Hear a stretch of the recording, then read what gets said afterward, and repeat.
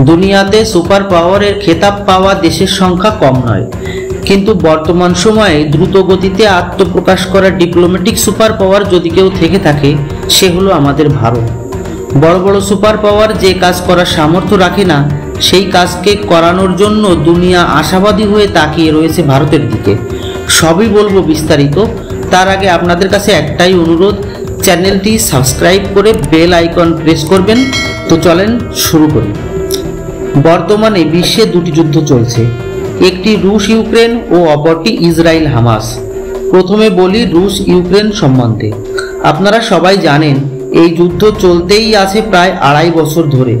এত লম্বা সময় চলার পিছনে একটাই কারণ, আমেরিকা ও পশ্চিমা দেশে ইউক্রেনকে সাপোর্ট। আর এর ফলেই আমেরিকা ও তার সহযোগী দেশের সাথে রাশিয়ার শত্রুতা চরম পর্যায়ে পৌঁছে গেছে। ধরে নিলাম যে আমেরিকার ইচ্ছা আছে এই যুদ্ধকে বন্ধ করার, আর যুদ্ধ বন্ধ করাতে গেলে রুশের সাথে বসে আলোচনা করা লাগবে।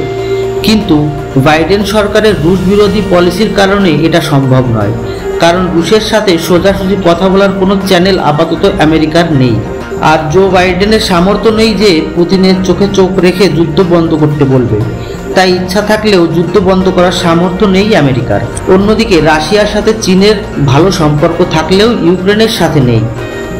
আর শি জিনপিং এর সামর্থ্য আছে পুতিনকে সোজাসুজি যুদ্ধ বন্ধ করতে বলার, কিন্তু সামর্থ্য থাকলেও চীনের ইচ্ছা নেই।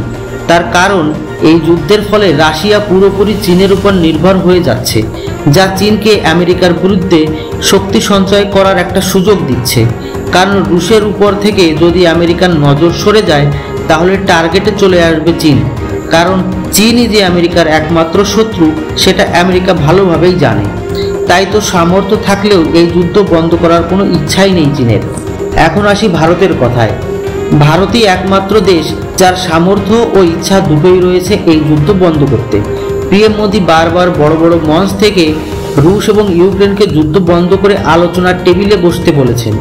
কিছুদিন আগেই মোদি রাশিয়ায় গিয়ে পুতিনকে যুদ্ধ বন্ধ করার কড়া সংবাদ দিয়েছেন, এবং তার পরপরই ইউক্রেনে গিয়ে ভ্লাদিমির জেলেনস্কিকে আশ্বাস দিয়েছেন এই দুঃসময়ে ইউক্রেনের পাশে আছে ভারত।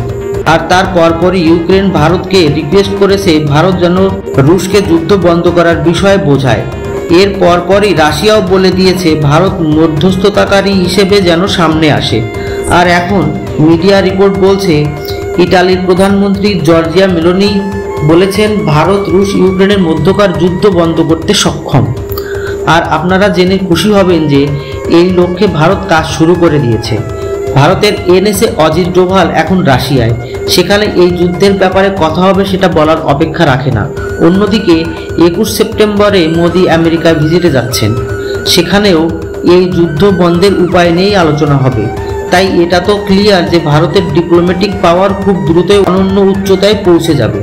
অন্যদিকে মিডিয়া রিপোর্টের মতে ভারতে অবস্থিত ফিলিস্তিনির অ্যাম্বাসেডর বলেছেন ভারতের মতো বন্ধু পাওয়াটা সৌভাগ্যের, এবং আমরা চাই ভারত গাজা ইসরায়েলের মধ্যকার যুদ্ধ বন্ধ করা। ভারতই একমাত্র দেশ যাদের সাথে ইসরায়েল ও ফিলিস্তিনি দুই দেশেরই ঐতিহাসিক সুসম্পর্ক রয়েছে। মোট কথা, পুরো বিশ্বে ভারতের চাণক্য নীতির ডাঙ্কা বাজা শুরু হয়ে গিয়েছে, মাঠ প্রস্তুত। নতুন সুপার পাওয়ারের উত্থান শুধু সময়ের ব্যাপার। এ বিষয়ে আপনাদের মতামত কমেন্ট করে অবশ্যই জানাবেন। ধন্যবাদ।